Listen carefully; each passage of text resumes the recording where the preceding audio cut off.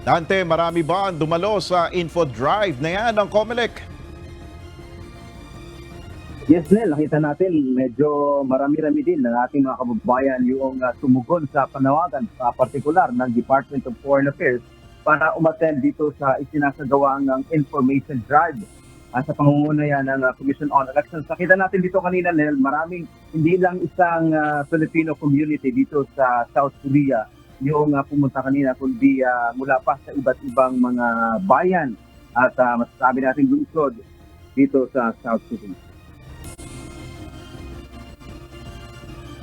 Opisyal lang nagsimula ang information campaign ng Commission on Elections o COMELEC abroad ngayong araw, partikular dito sa Busan, South Korea. Ito ay para sa gagamitin nilang bagong sistema o internet voting sa May 12, 2025 national and local elections.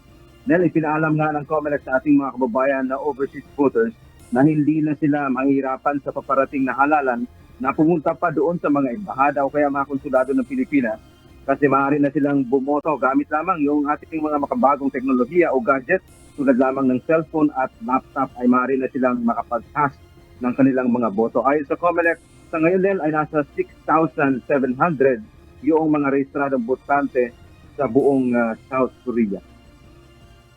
Sa ngayon po kasi, meron po tayong 60,000 Filipinos na nandito po sa Korea. Ang mayoriya po niyan, mga Filipino citizens pa ho. Hinihikayat po namin sila, we are encouraging them to register and also to vote. Hinikayat din ni Chairman George Erwin Garcia ang iba pa nating mga kababayan dito sa South Korea na magparehistro dahil nga marami sila dito pero konti pa lamang yung kanilang bilang mga rehistradong botante. Matagal na natin pinag-uusapan ng internet voting. Lalo-lalo na po sa mga kababayan natin na seafarers. Isipin nyo naglalayag sila sa barko. Ibig nyo sabihin, maghihintay bang dumaong sa isang pier at hahanapin ang post para nang makaboto? Paliwanag pa ng COMELEC kaya nila ginagawa itong information campaign ay para malaman ng iba nating mga kababayan abroad na hindi pa rehistradong botante at kung gusto nilang makasama sa internet voting, kailangan kasi nilang mag-enroll nil kung gusto nilang i-avail yung online voting. Gagawin ang enrollment 2 buwan bago ang halalan. Kukunan sila ng biometrics. Ito naman ay para matiyak sa araw ng halalan na sila talaga yung bumoto o baka naman ibang tao lamang. Magkakaroon din ng test voting sa sistema na gagamitin para alam ng ating mga kababayan overseas kung paano bumoto kapag actual na yung kanilang pagboto. Dagdag pa ng COMELEC, sa ngayon nasa 1 milyon yung botante o nasa 1 milyon na lamang nil ang botante abroad mula sa 1.6 million na deactivate kasi yung 600,000 nating mga kababayan matapos nga hindi sila nakaboto sa dalawang magkasunod na national election.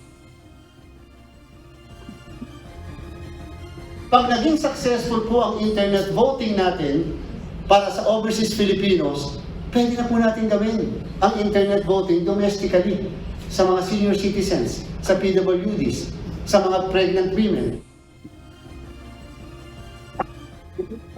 Dahil bagamat isinusulong ng Commission on Elections ang pagsasagawa ng kauna-unahang online o internet voting sa darating at 2025 midterm elections para sa ating mga kababayan overseas. Binanggit kanina ni Chairman Garcia na mayroong 17 mga posts o mga lugar abroad na hindi pwede kasing mag-internet voting. Ibig sabihin, gagamit pa rin sila ng automated counting machine. Itong mga lugar na ito nila nabanggit ng ni Chairman Garcia tulad ng Russia, China, Israel, kaya hindi makapagsagawa ng online voting doon.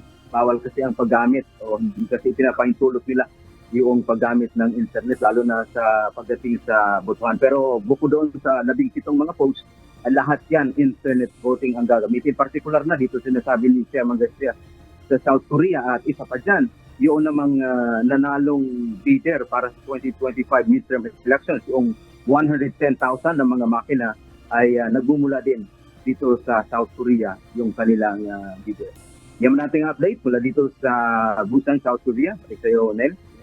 Dante, ibig sabihin ba nito, gaya ng iniulat mo, magiging testing ground yung mga kababayan natin abroad para dito sa online voting? para naman sa posibilidad na paggamit natin dito sa Pilipinas pagdating naman ng 2028 presidential elections, ganun ba? Yes, Nel, tama. Ang sinasabi dito ng COMELEC, kumbaga hindi na siya testing lang. Ang tinitingnan nila dito sa overseas kasi kay full-blown online voting. So gusto sana nila lahat.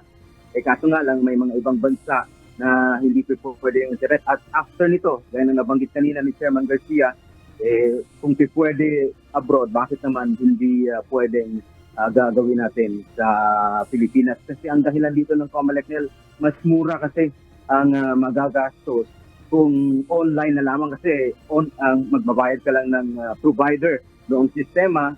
Di tulad nitong automated elections, magre-renta ka pa ng mga makina. Biruin mo 100,000 yung kanilang re-rentahang makina at nasa 17.9 billion pesos yung kanilang gagastusin. Whereas dito kung internet voting lamang, ang nabanggit nga ni Chairman Garcia, hindi tayo nagkakamali, nasa 1 billion lang yata o hindi pa umabot sa ganung presyo ang magagastos ng ating gobyerno. So malaking katitiran pagka internet ang gagamitin na mode ng botohan. Maraming salamat, Dante Amento mula sa Busan, South Korea.